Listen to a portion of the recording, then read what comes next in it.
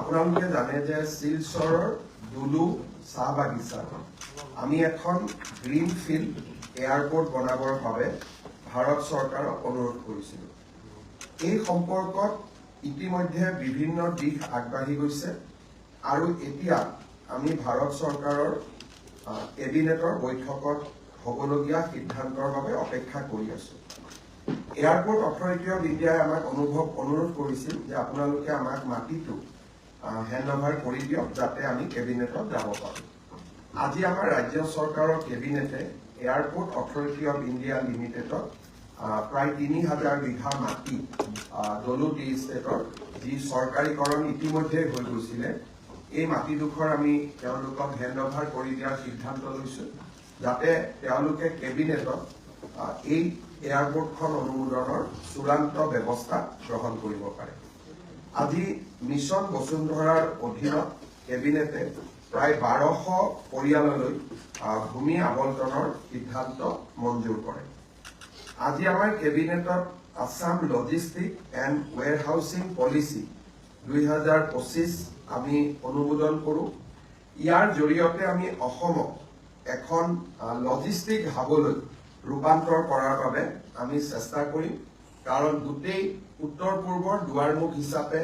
আমি যদি অসমত লজিষ্টিক চেণ্টাৰ এটা বনাব পাৰোঁ, তেতিয়াহ'লে আমি অসমৰ GDP আৰু অসমৰ নিবনুৱাসকলক আমি বহুখিনি সহায় কৰিব পাৰিম। ইতিমধ্যে আমাৰ গুৱাহাটী ইঞ্জিনিয়াৰিং কলেজত aerospace and defence, automotive and electric vehicle ইণ্ডাষ্ট্ৰিজৰ চাকৰি কৰিবৰ বাবে যিটো নলেজ লাগে, জ্ঞান লাগে, তাক আনিবৰ বাবে বা তাক জানিবৰ বাবে আমি আছাম ইঞ্জিনিয়াৰিং কলেজত ডাঙৰ এটা প্ৰকল্প নিৰ্মাণ কৰি আছো, য'ত নেকি Dassault system India private limited, যোনে ৰাফেল আদিৰ কাম কৰে, তেওঁলোকে এই প্ৰকল্পটো অসম চৰকাৰৰ লগত যুটীয়া উদ্যোগত আগবঢ়াই নিব। ২৪৩ কোটি টকাৰ প্ৰকল্প হ'ব, ৫,০০০ স্কুৱেৰ ফিট এৰিয়াত হ'ব, আছাম ইঞ্জিনিয়াৰিং কলেজত হ'ব। ইয়াৰে ২০০ কোটি টকা দছাল্ট ইঞ্জিনিয়াৰিং চিষ্টেম লিমিটেডে ব্যয় কৰিব, ৪৩ কোটি টকা ৰাজ্য চৰকাৰে ব্যয় কৰিব। এই প্ৰকল্পটোত আজি আমি অনুমোদন জনাম আৰু ১৫ জানুৱাৰীৰ আশে-পাশে এই প্ৰকল্পটোৰ কাম আমি আৰম্ভ কৰিব পাৰিম। আজি আমাৰ বহুদিনৰ পৰা ডিমা হাছাও জিলাত ৮৮৪টা ফেমিলিয়ে ৪ লেন নেশ্যনেল হাইৱেৰ কম্পেনচেশ্যন এটা পাব বাকী আছিল, তাকো আজি কেবিনেটে অনুমোদন জনায়। আজি কেবিনেটে কাৰ্বি আংলং জিলাৰ লংবাকু বুলি স্থানত এখন নতুন সৈনিক স্কুল নিৰ্মাণৰ সিদ্ধান্তক অনুমোদন জনায়। এই সৈনিক স্কুলখন নিৰ্মাণ কৰোঁতে প্ৰায় ৩৩৫ কোটি টকা ব্যয় হ'ব। ৰাজ্য চৰকাৰ আৰু কেন্দ্ৰীয় চৰকাৰে যুটীয়াভাৱে এই ব্যয় বহন কৰিব। আমি এই সৈনিক স্কুলখন নিৰ্মাণৰ বাবে প্ৰয়োজনীয় প্ৰশাসনীয় অনুমোদন আজি কেবিনেটে অনুমোদন দিয়ে। শেষত মই এটা গুৰুত্বপূৰ্ণ সিদ্ধান্তৰ বিষয়ে আপোনালোকক ক'ব বিচাৰোঁ, যিটো অতিশয় গুৰুত্বপূৰ্ণ। জাষ্টিছ বিপ্লৱ শৰ্মা কমিটি এটা ৰিকমেণ্ডেশ্যন দিছিল যে ক্লাছ 6, 7 আৰু 8ত অসমৰ বুৰঞ্জী আৰু অসমৰ জিঅ'গ্ৰাফী আমি বাধ্যতামূলকভাৱে পঢ়াব লাগে। Not as a optional subject, not as a elective subject,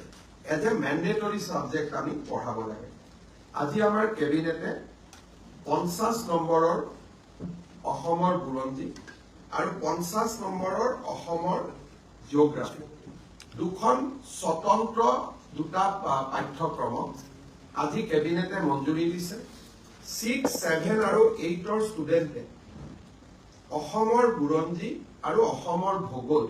বাধ্যতামূলকভাৱে পঢ়িব লাগিব। ই ইলেক্টিভ নহয় বা ই অপশ্যনেল নহয়, ই ঐচ্ছিক নহয়, ই মেণ্ডেটৰী হ'ব। গতিকে আজি সমাজ বিজ্ঞানত আগতে 100 নম্বৰত এই গোটেইকেইটা ছাবজেক্ট সোমাই আছিলে। এতিয়া আমি সমাজ বিজ্ঞানটো পৃথক কৰি দিলোঁ, ভূগোলটো পৃথক কৰি দিলোঁ, বুৰঞ্জীটোও পৃথক কৰি দিলোঁ। এতিয়া এজন ষ্টুডেণ্টে 6, 7, 8ত সমাজ বিজ্ঞানৰো 50 নম্বৰ পঢ়িব লাগিব, ভূগোলৰো 50 নম্বৰ পঢ়িব লাগিব, 50 নম্বৰ বুৰঞ্জী পঢ়িব লাগিব। আকৌ এবাৰ মই কৈছোঁ, এই দুখন কম্পালচৰি ছাবজেক্ট হ'ব, অপশ্যনেল নহয়, ঐচ্ছিক নহয়, বাধ্যতামূলক বিষয় হ'ব তাৰ ফলত ষ্টুডেন্ট সকলৰ 100 নম্বৰৰ বোজ এটা বাঢ়িব কিন্তু আমি ভাবিছো যে 100 নম্বৰৰ বোজ এটা বাঢ়িলেও ই অসমৰ ছাত্ৰ ছাত্ৰীক অসমৰ ভূগোল বুৰঞ্জীৰ বিষয়ে জ্ঞান দিব আৰু ভৱিষ্যতলৈ এজন সুস্থ সবল নাগৰিক হোৱা তেওঁলোকক সহায় কৰিব আজি কেবিনেটত এই গুৰুত্বপূৰ্ণ সিদ্ধান্তটো অনুমোদন কৰা হয় আৰু এই সিদ্ধান্তটি অনুমোদনৰ ফলত জাষ্টিস বিপ্লৱ শৰ্মা কমিটিৰ আৰু এটা অনুমোদন কেবিনেটে ৰূপায়ণ কৰিব পাৰিব আৰু ৰূপায়ণৰ প্ৰক্ৰিয়া অনাগত দিনতো এনেকুৱা সাবজেক্ট কেইবাটাও আছে আগলৈকেও চলি থাকিব আপোনালোকৰ যদি কিবা সুধিবলগীয়া আছে সুধিব কাৰ্বি আংলঙত এখন সৈনিক স্কুল হ'ব ডিফুৰ কাষত লক্কা মাছু বুলি জাগা লমভাকু হ'ব 335 crores তাত মিনিষ্ট্ৰী অফ ডিফেন্স ভাৰতৰ প্ৰতিৰক্ষা মন্ত্ৰালয়ে ইয়াত 80% টকা খৰচ কৰিব 20% টকা ৰাজ্য চৰকাৰে খৰচ কৰিব অসমৰ এখন সেকেন্ড সৈনিক স্কুল হ'ব টেন্ডাৰ আদি হৈ গ'ল নিৰ্মাণৰ কাম আমি জানুৱাৰীত আৰম্ভ কৰিব পাৰিম আজিৰ ফাইনেল প্ৰশাসনিক অনুমোদনটো দিয়া হ'ল ভাৰত চৰকাৰে ইতিমধ্যে 100 কোটি টকা আমাক মুকলি কৰিছে গোৱালপাৰাৰ পিছত কাৰ্বি আংলঙত অসমৰ দ্বিতীয়খন সৈনিক স্কুলৰ কাম এতিয়া আৰম্ভ লমভাকু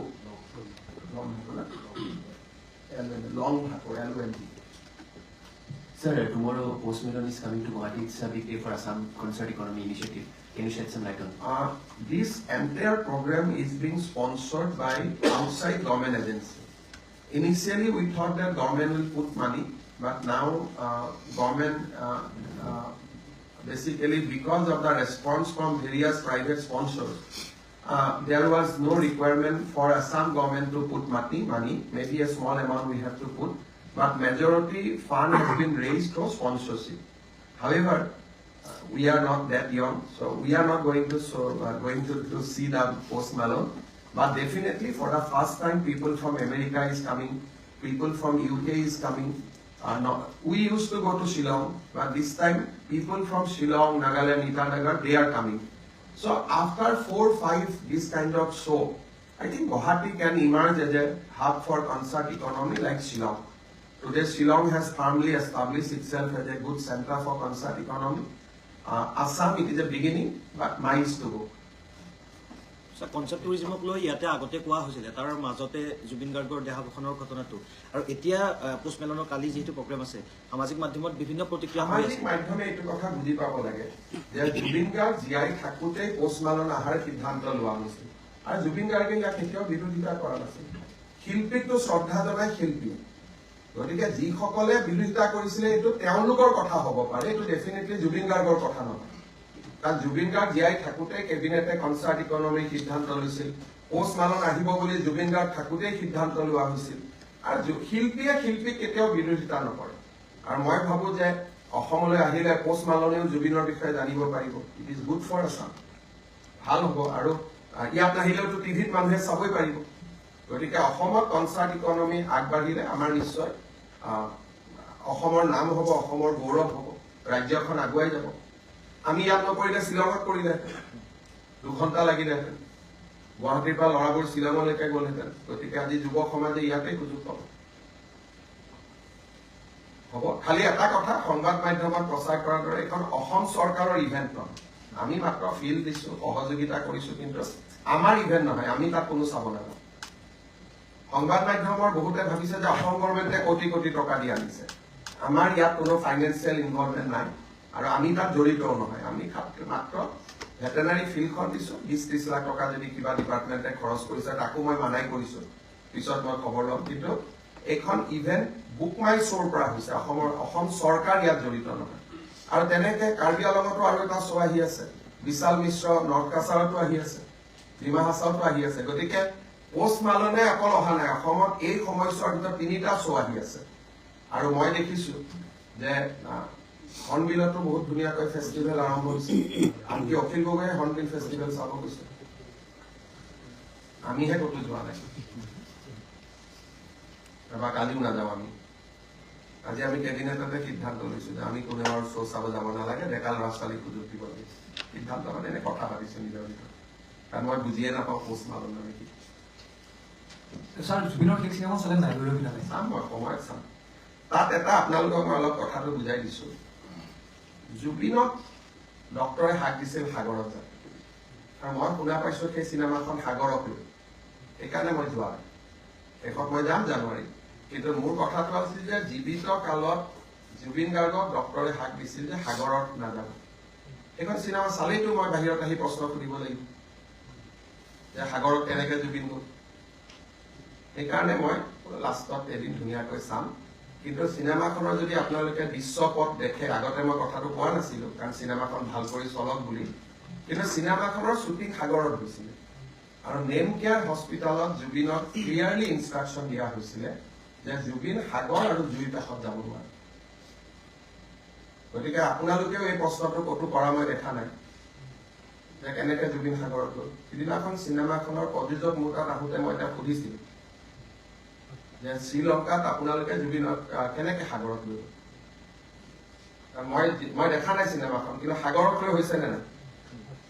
গতিকে মুখ্যমন্ত্ৰী এজনে চোৱাৰ পিছতো কথাটো ফাইলত লিখিব লাগিব মই সেইকাৰণে শেষৰ ফালে চাম বুলি ভাবি থৈছো তেতিয়া আৰু কোনো হেৰি নাই গতিকে আৰামত এদিন যাম বঢ়িয়াকৈ চাই লৈ আহিম আৰু জুবিনৰ চিনেমা চোৱা নাই কাৰণে মই পষ্টমালন আদিও চাব নাই যোৱা একেবাৰে লাষ্টত যাম গোটেইখিনি কৰি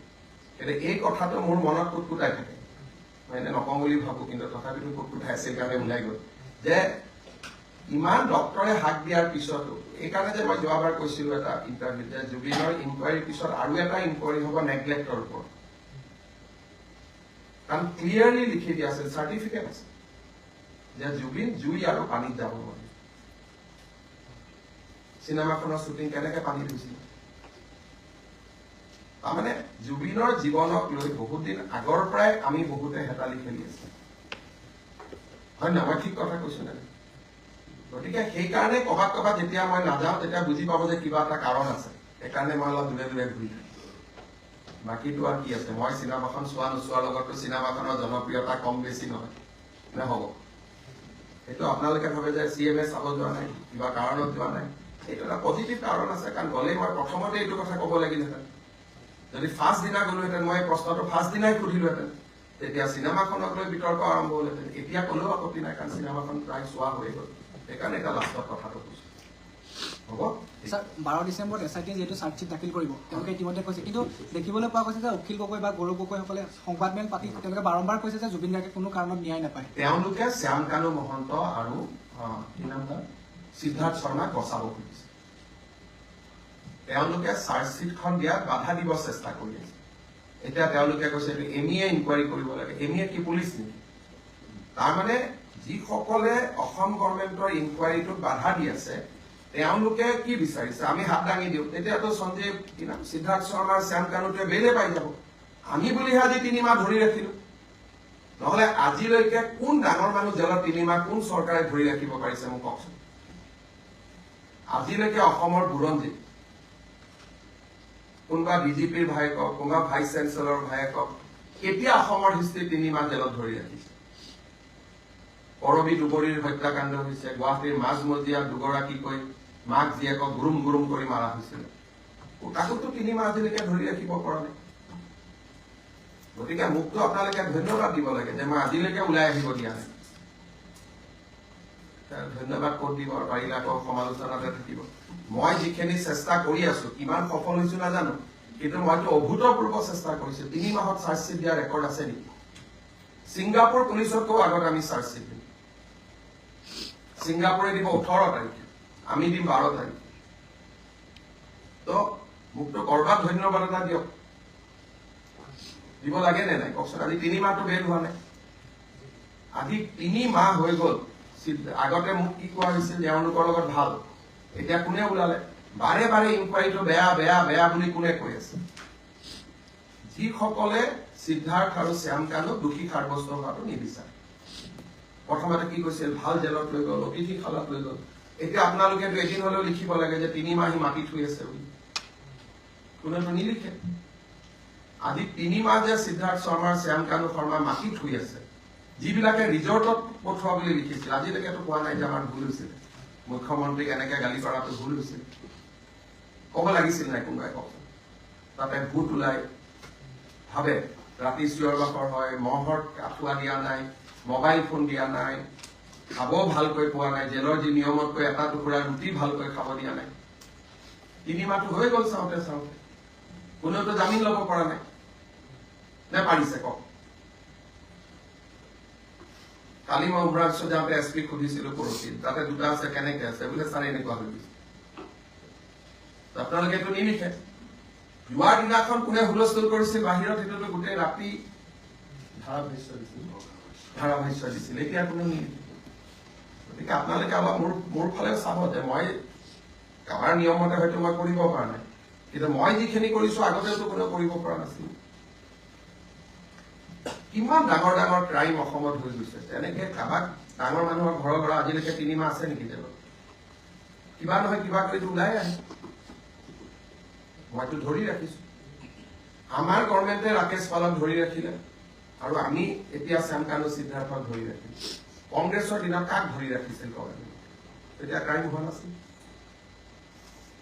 সেইকাৰণে আপোনালোকে চাব যে অসমৰ মানুহে আমাক কিয় ভাল পায়। আপোনালোকে ইমান লিখাৰ পিছতো হাজাৰ হাজাৰ মানুহ আমাৰ মিটিঙত কিয় আহে? কাৰণ জানে যে তেওঁলোকে কামটো কৰিবই, আৰু মানুহে মুখহে কৈ আছে ছাৰ ন্যায় দিব বুলি। মোক কিমান বিশ্বাস কৰে। আৰু আমি সেইকাৰণে 12 তাৰিখতে ছিংগাপুৰে দিব 18, ছিংগাপুৰতকৈ আগত। আৰু চাৰ্জশ্বিটখন দেখিলে আপোনালোকেতো বুজিয়ে পাব গোটেই ঘটনাটো কি হৈছিল। এপ্লাই কৰিব লাগিব, খালি কপিটো আমি দিব নোৱাৰো, কপিটো আপোনালোকে এপ্লাই কৰি পেলাই কোৰ্টৰ পৰা আনিব লাগিব। বুজি পালে? গতিকে এইটোৱে কথা। আৰু গৌৰৱ গগৈ, অখিল গগৈ কি বিচাৰিছে তেওঁলোকৰ পৰা বুজি ল'ব। আমি যদি কাৰোবাক ইনকুৱাৰীটো দি দিওঁ, মানুহ 2জন জামিনত যাব, তেতিয়া টিভিৰ আগত ক'ব লাগিব যে এওঁলোক 2জন আমাৰ মূৰ্খামিৰ কাৰণে জেলত গ'লে, হিমন্ত বিশ্ব শৰ্মা জামিনত গ'লে। আজি যদি অসম পুলিচে কেছটো CBIক দি দিয়ে, লওঁতে মাজত 2 মাহ লাগিব নে? 2 মাহত 18 তাৰিখে জামিনত গুচি যাব। সিদিনাখন যাতে মোক লিখি দিব লাগিব টিভিত, CBIক দিব লাগিলে মই CBIক দিম 24 ঘণ্টা, MAক দিব লাগিলে MAক দি দিম 24 ঘণ্টা। খালি মোক ক'ব লাগিব যে এই এজেঞ্চিৰ হাতত যদি বেল পায়, জামিন পায়, আমি মুখ্যমন্ত্ৰীক দোষ নিদিম। সেইটো কৈছে নেকি? কোৱাটো নাই। গতিকে এইবিলাক হৈছে ৰাজনীতি কৰি খাব আহিছে জুবিনৰ নামত। জুবিনৰ নামত সিহঁতক ভোট লাগে, আৰু মোক লাগে জুবিন জীয়াই থাকক অসমৰ মানুহৰ মাজত গানেৰে। গতিকে তেওঁলোক আৰু মোৰ ৰাস্তাটো বেলেগ বেলেগ।